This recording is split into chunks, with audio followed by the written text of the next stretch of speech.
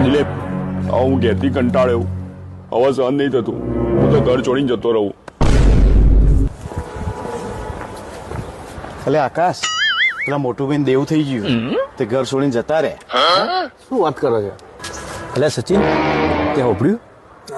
પેલા મોટું બેન દેવું થઈ ગયું, તે ગોમને છોડી લઈને નાઈ ગયા. વાત કરો એ પટલું એ કમાચા ઉભરે ના પેલો મોટું ભાઈ ખરા ને તે ગોમનું સોલ લઈને આવી ગયા. શું વાત કરે? તારે ઘેરથી દાગીના રૂપિયા બધું ઉઠાઈ ગયા. હાય હાય. તારે એટલે હોપડું પેલું મોટું હોય ને ગોમની છોડીને લઈને આવી ગયો ને ઘેરથી દાગીના ને એ બધું લઈ ગયો અને લગ્ન એ કરી દીધો અને કાલે કદાચ 2 જુડવા છોકરો આવ્યો.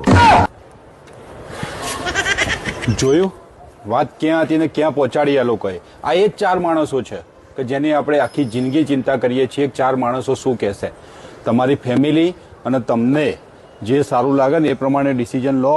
એટલે જ કહેવામાં આવી છે કે દુનિયા કા સબસે બડા રોગ क्या कहेंगे लोग.